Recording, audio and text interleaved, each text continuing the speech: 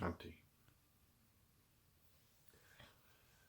May the infinite Lord of life, of love, and of laughter bless you at this moment.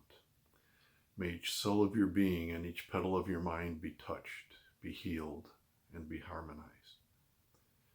May vim, vigor, and vitality be yours. May love and laughter be yours. May you truly find that which you seek, and may you find that which you seek surely, swiftly, and most harmoniously. Om Shanti, Shanti, Shanti.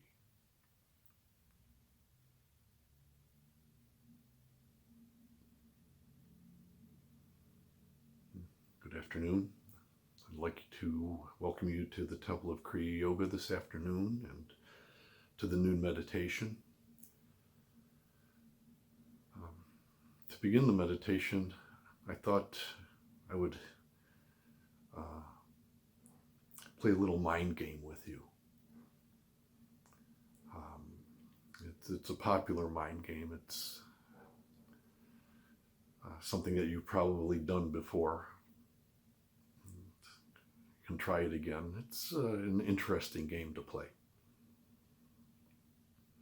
And to do it, it's very simple. Just imagine that you're at home. And you have a sense that something is happening. And come to the realization, you look up, and there in front of you is a great, benefic being. God, if you want to call it that. Jesus, Buddha, Kuan Yin, whatever the case might be. Put in the favorite God that you have. Put it in there. And you feel the presence of this divine being. And with that, you're filled with a certain degree of happiness and contentment.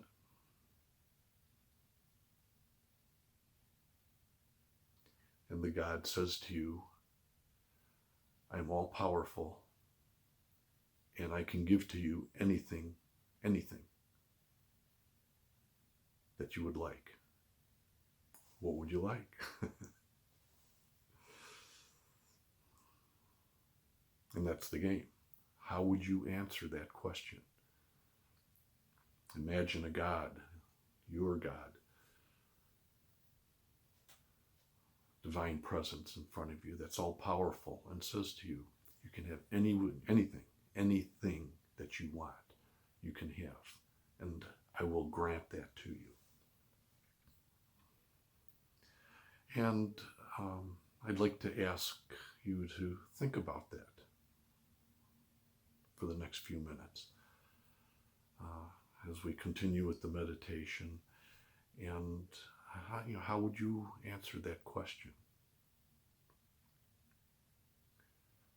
Perhaps you might say, I wish I had $1 million. A lot of people, that's I think the knee-jerk reaction, and a lot of people would say that. I wish I had $1 million. And this great benefic being would look at you and say, is that what you like? I will grant your wish if that's what you like. And you say, let me think a minute.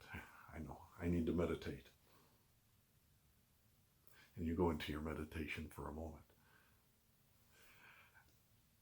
As you go into your meditation, you come out and you say, oh boy, now that I think about it, I could have $1 million, but I read stories and I hear stories and I hear things that people have a lot of money. And there's this thing called inflation. And maybe $1 million, holy cow, 10 years from now, it may not be enough. I know, $10 million, that's what I need. And the divine being says, is that what you wish? You say, wait a minute, let me think, let me meditate a moment.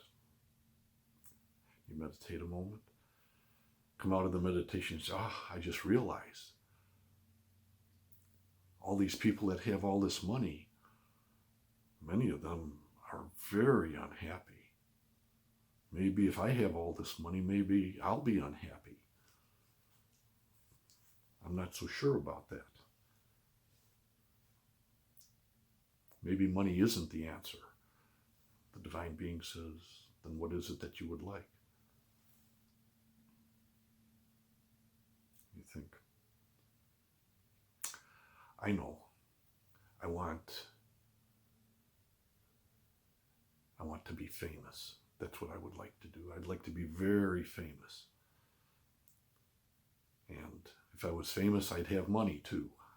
The two go together, right? So I kill two birds with one stone. The great God says, is that what you want? You say, let me think. Let me meditate on it. You think for a few moments. And you come out of your meditation and you say to yourself, you say to the God, I just had a realization. I could have all the money in the world. I could have all the fame in the world. And I could be very famous. But these famous people, they need bodyguards around them. There's people that want to cause harm to them. Boy, that wouldn't make me very happy. I would be very unhappy about that if someone wanted to cause harm to me. Maybe it's not so great being famous. Let me think. I need more time. I need to think. And you go into your meditation and you think, oh, I know what it is. You know, right now I'm kind of lonely and I'm alone and I don't like the loneliness. The loneliness is making me very unhappy. What I would like is a spouse. I'd like to have someone that would love me. And the great God says, oh, love, that's no problem. The world is filled with love. I can arrange that. Need a spouse? There's spouses galore, or spouses to be looking for another, a mate. That's no problem. I can arrange that. Is that what you would like? Okay, let me think. Uh-oh, I just thought of something.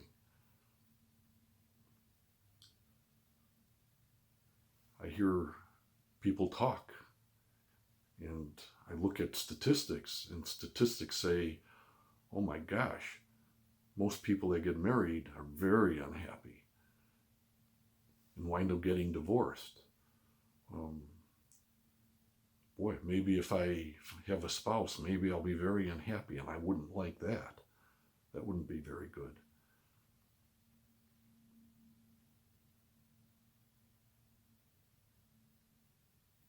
Let me go a little deeper into my meditation and let me think.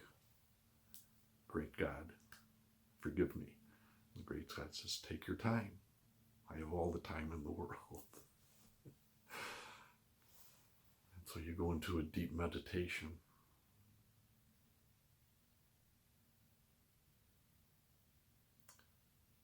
And the light bulb goes on. And you stop for a moment, or I'll stop for a moment and ask you, what is it that you would like? Money, love, fame? Have you been thinking about it? We've been talking for a few minutes, and like I said, the purpose was I'm a little stalling there for a little time to give you, I'm stalling for a little while to give you time to think, what is it that you would like? If you had a wish.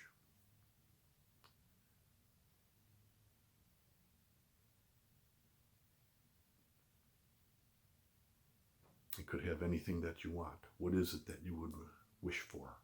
What is it that you would want? What is the one thing that would be so galactic and grand that it would satisfy your desire?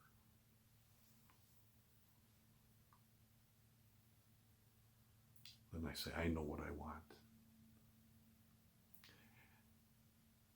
happiness.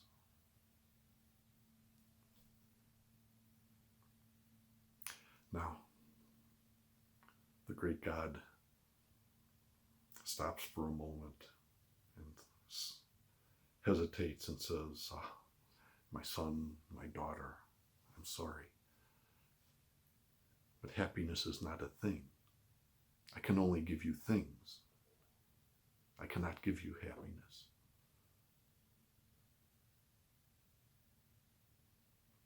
And for a moment, you might become a little sad, or I might become a little sad.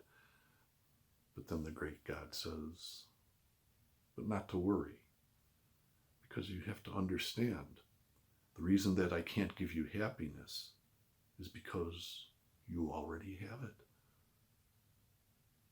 It already exists within you.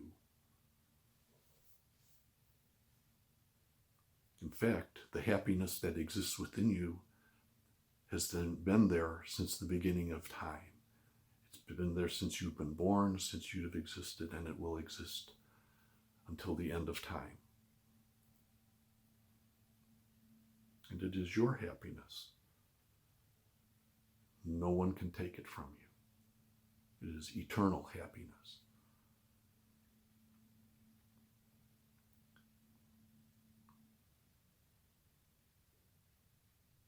And it's kind of a cute story, or I think it's kind of a cute story. And you might say it's nice, and oh yeah, I remember Aladdin's lamp and all of that, and you think of different things. But in yoga, in mysticism, the fact is that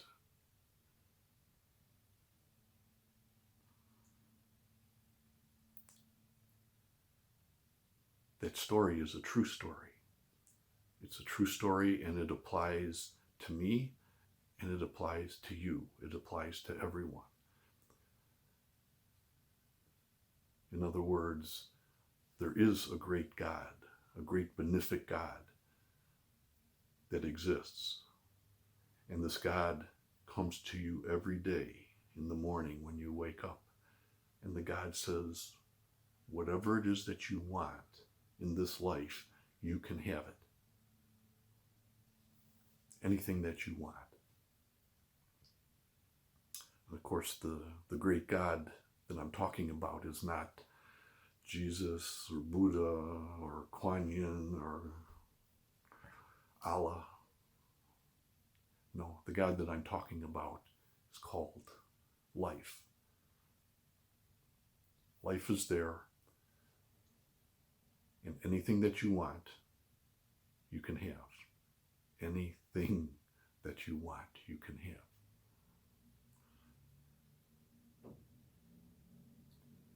And of course you say, well, that's not right. There's a lot of people that come and go in this world all the time, and they don't get what they want. And the answer is, in this lifetime, perhaps they don't get what they want. But this lifetime is just a moment. It's a blink of an eye. It's less than a blink of an eye as far as time is concerned in your existence, in the existence of the spirit that you are. And the spirit that you are is eternal happiness. And if you don't get what you want, if you don't get the $1 million in this lifetime, you'll get the $1 million in next lifetime. If you don't get the spouse in this lifetime, you get the spouse next lifetime. If you don't have the fame this lifetime, you get the fame next lifetime. This world is, I think, what Kriyananda would call the Garden of God. I know that's what he would say.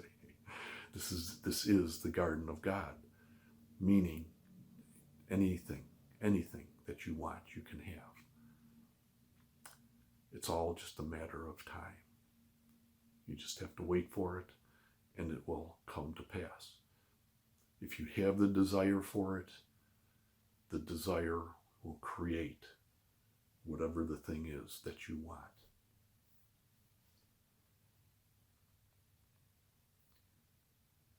And you said, if you go back and you review in your head and in your mind everything that I've been talking about, it says, okay, you can have all of these things. But the one thing that wasn't there, the one thing that the God could not give to you was happiness. And then that mystical, very interesting and very mystical answer. Well, I can't give you happiness because you already have it. How can I give you what you already have? You have it. The happiness is there. The happiness is within you. And you say, but I don't feel very happy.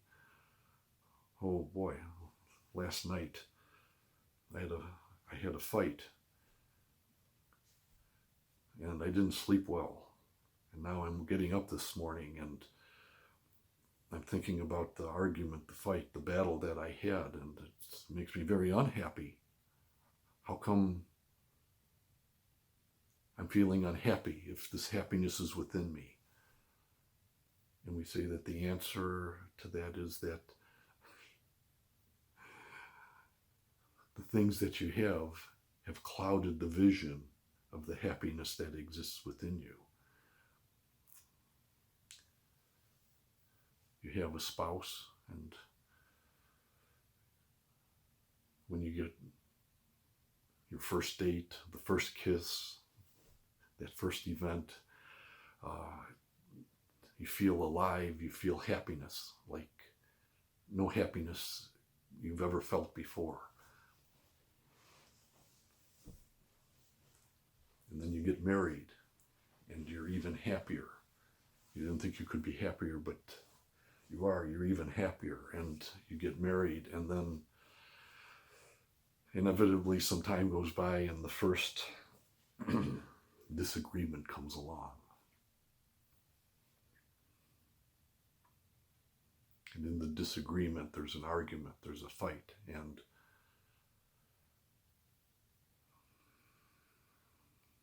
you say, I'm very unhappy now. The happiness is gone. And the answer is, no, the happiness is still there. If you could forget the argument, if you can forget the fight, if you can forget the event, you'll realize that the happiness is still there. All the event did, all the interaction with the girlfriend, with the boyfriend, with the spouse, those things that you're saying, oh, I'm happy or I'm unhappy. At this moment I'm happy, and then the happiness fluctuates. But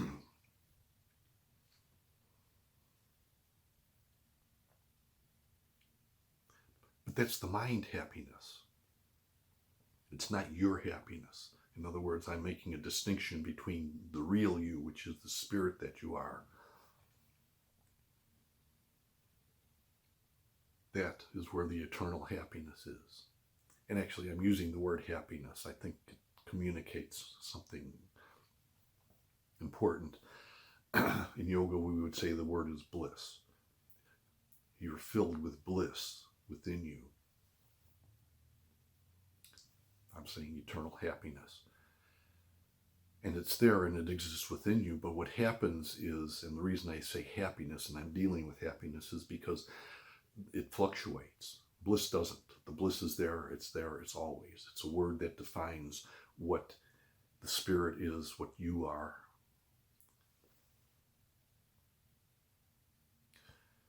But then I come to happiness because we have the word bliss, but there's really no such word as unbliss. I'm sure in the dictionary they'll have something there, but it's a nonsensical thing.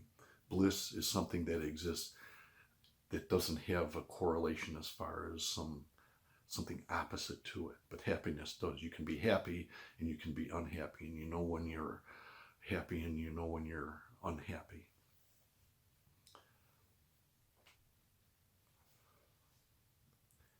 And the reason that you get the fluctuations in the states of mind that you're dealing with in this life and in all your lifetimes, the fluctuations of the mind stuff, they cloud your vision. They cloud your awareness that you are the spirit. You're forgetting that you are the spirit. And when you forget that you are the spirit, when you forget the spirit that you are,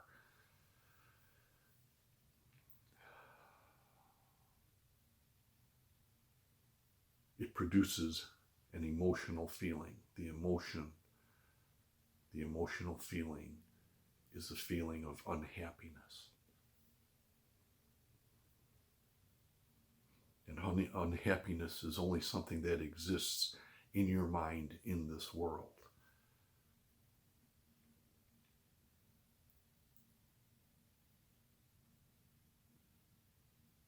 But it's still there in you.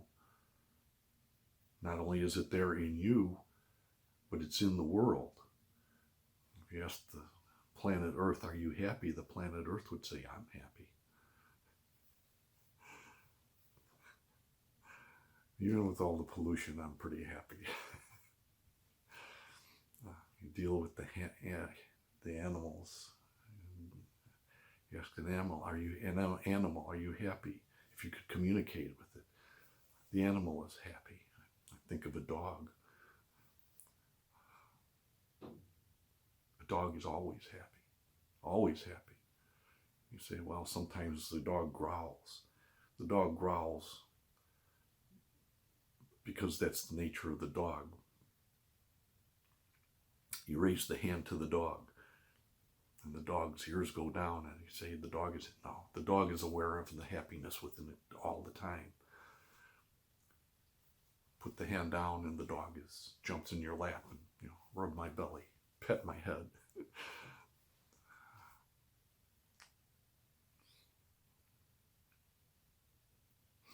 And all animals are, by instinct, aware of this process of life and the ebb and flow of life. And within the consciousness of all of these beings, all of these entities, the happiness is there, and it exists, and it's always there. And they're always aware of it. It is only you and I with the mind that has the ability to manifest anything and everything that we want in our life, that have this problem where the happiness ebbs and flows.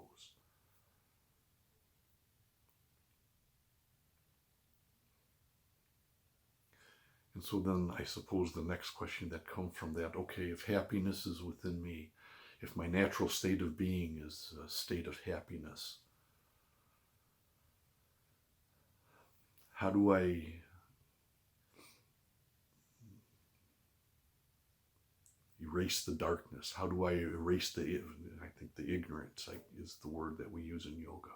How do I erase the ignorance of my mind and become aware of the bliss that exists within me, of the happiness that exists within me? And if I remember right, I think it was Plato, going back in time, who said, happiness is not something that you can buy or you can obtain or you can hold on to. It's something that you have. And you become happy, or you become aware of the happiness that exists within you by the way you live your life. In other words, happiness is a byproduct of a lifestyle. It's how you live your life, the way you live your life, that determines the degree of happiness that you're aware of.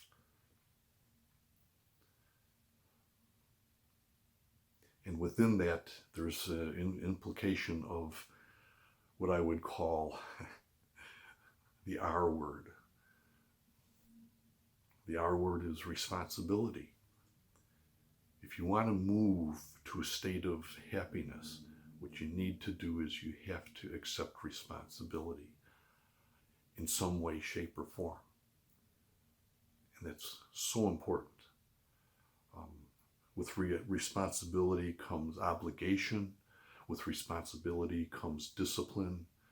With responsibility comes self-sacrifice. All those horrible words. Oh my God. Responsibility? Oh, that sounds painful. Obligation? Oh, that's even more painful. The thought of it. Discipline? Oh. And self-sacrifice? How can that be happy? How did that be related to happiness? Self-discipline. Whenever I try and discipline myself, very painful. And I suppose you have to say, well, in the beginning, the first stages of moving towards a state of eternal happiness, moving towards this state of bliss, you have to struggle through these mechanisms. You have to accept responsibility. And the thing that comes to my mind, and I've talked about it many times in the meditations that I've had, of having children. Having children is a responsibility.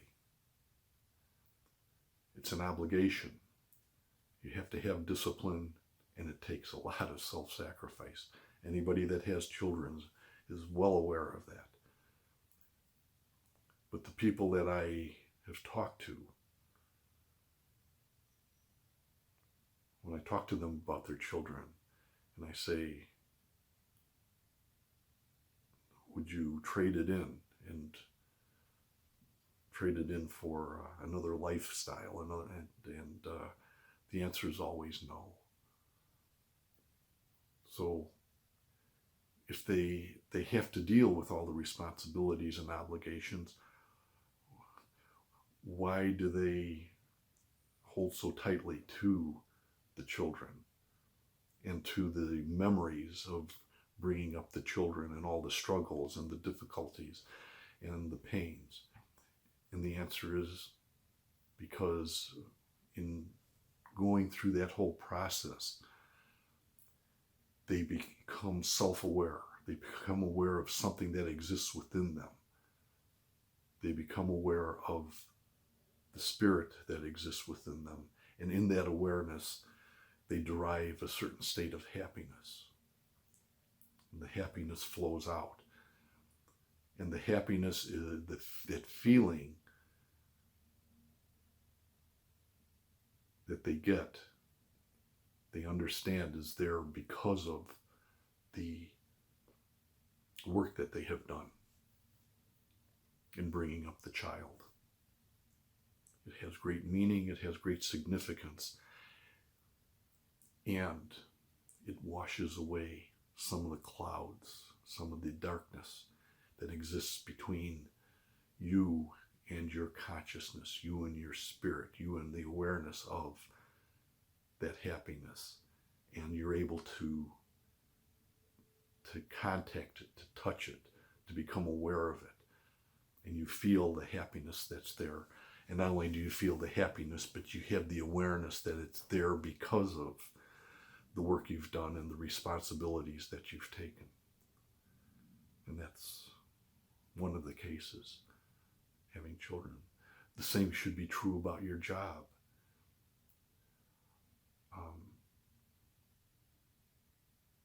Somehow, in some way, shape, or form, you need to find enjoyment in your job. And if the enjoyment isn't there in the job, start looking for another job. It doesn't mean go in tomorrow morning and quit. Say, I'm in search of my happiness. I'm leaving.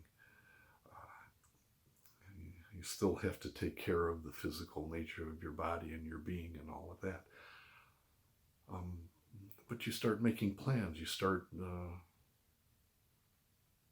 talking with people, reading books, listening, and saying, what do I need to do to get a different job, to get a job that I like? Maybe I should become self-employed, be my own boss. That's always a good answer. And it's highly recommended if in some way you can become self-employed, that you do it. It's more work, it's more effort, more sacrifice, more obligation, more discipline, all of that terrible stuff. But if it's successful, it brings a happiness and a closeness to that bliss state, that ultimate bliss state that exists within us, within each of us, that spiritual nature that we are.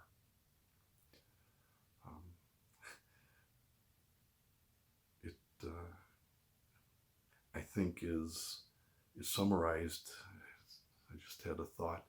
We're approaching the fall, approaching Halloween, and then Thanksgiving, and then the Christmas holidays. And with the Christmas holidays, I remember when I was younger,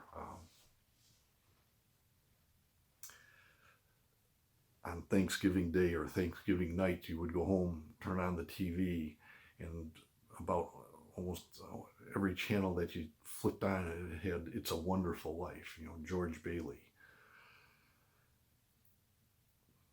And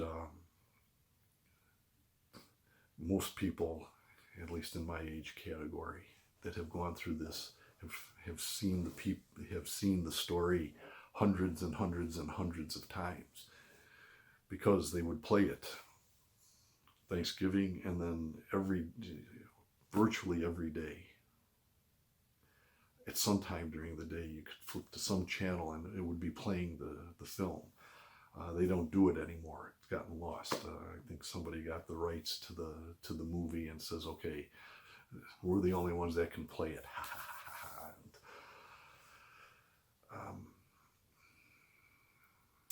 So now you see it once a year, and I think it's the magic of the story has been lost. But anyway, I sound like an old man talking about the old days.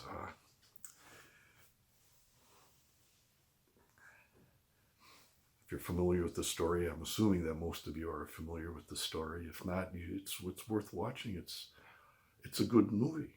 It's a very good movie, and it lasted for decades. Every year, they'd play it all the time. And they were playing it because people were watching it. And they were watching it because the movie touched something within. That's what a good movie is. It touches something within you. A lot of times you can't explain, that you can't put into words, but the film, or even a piece of music or a piece of art or something like that, the arts, it touches something within you. What it's touching within you is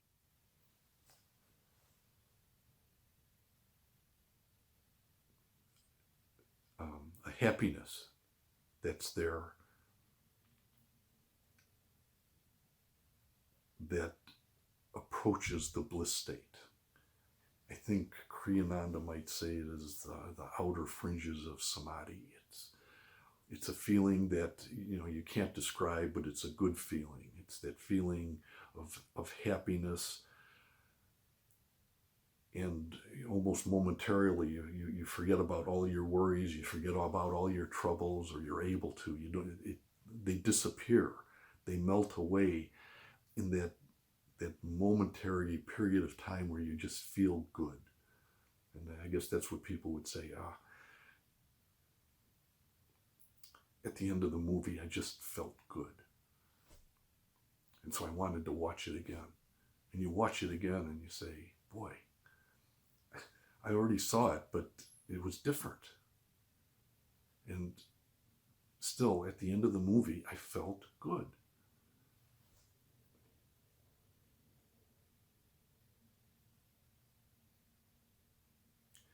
And you feel good because within the movie, what is portrayed is a man representing you and me, someone we could relate to, that accepted responsibility for not only his life, but actually for the life of those in the entire town in a certain way. Financier or a banker. Helping people to get a home. And, that's the theme in the story. And of course, it goes through the story and he has a problem evolves. You always have to have the problem for the story to be, to capture your attention. And then the problem gets solved. And you just have this awareness in the movie that it was because he, you, me, whoever it is, it's the story is the same about you and your life, me and my life. When we accept a responsibility and fulfill the obligation, we do what's necessary, the discipline that was necessary. You remember George? He was going to travel the world. And in the whole story, he watched everybody else travel the world, but he never got out of the town. I don't remember the name of the town.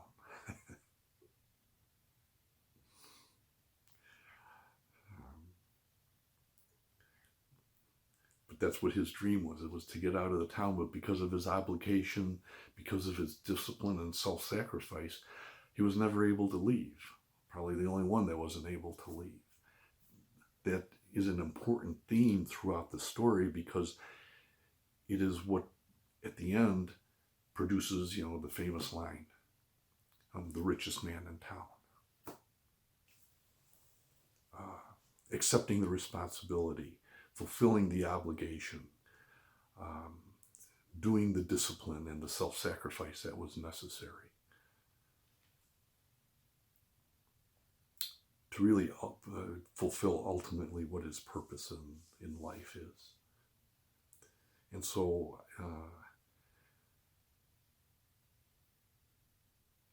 with that, I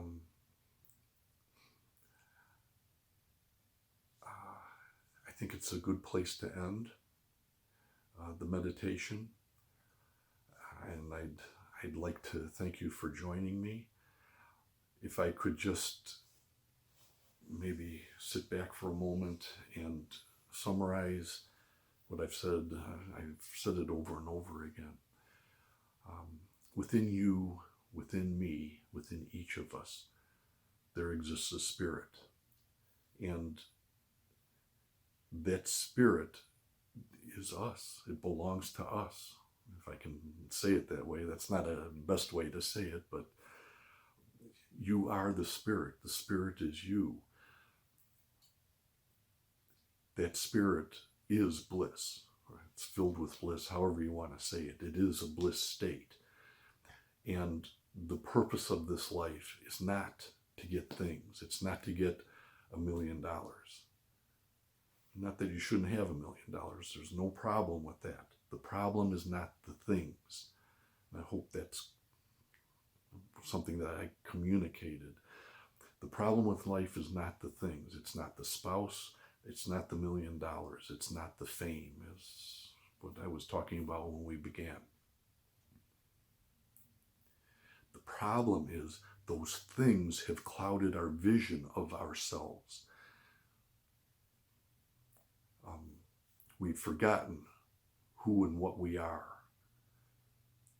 And in that, we've fallen into a cycle of happiness, and then we forget the happiness, and so we move into a state of sadness or unhappiness, and that lasts a period of time, and then we move out, and we start to feel better, and then we move into a state of happiness again, and then we just continue on a cycle.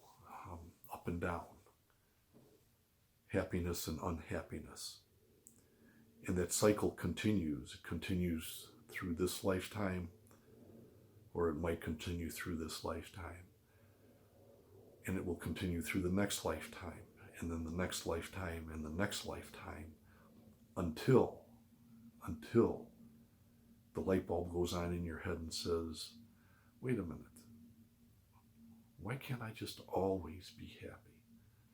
And you say, what do I have to do? What does it take so that I never lose that feeling of happiness, so that I'm always happy? And someone will say, that's not possible.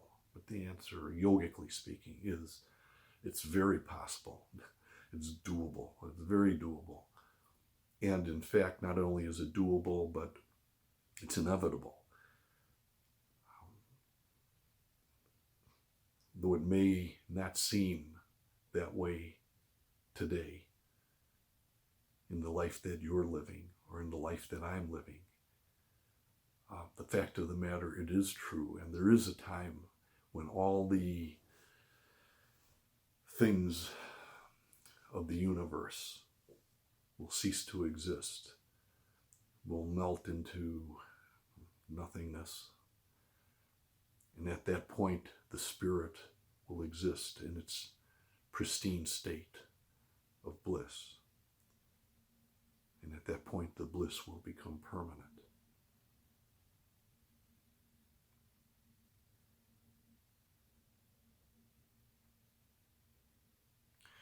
And I think I'll close with that thought. If you can come to a comfortable seated position, I would like to just close the meditation with an Om Shanti, Shanti, Shanti. The short prayer, and then Om Shanti, Shanti, Shanti. May the infinite Lord of life, of love, and of laughter bless you at this moment.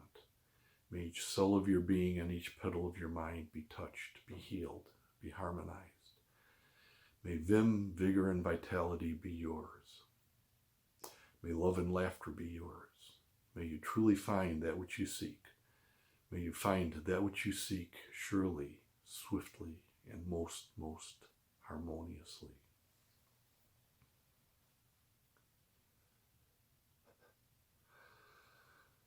Oh.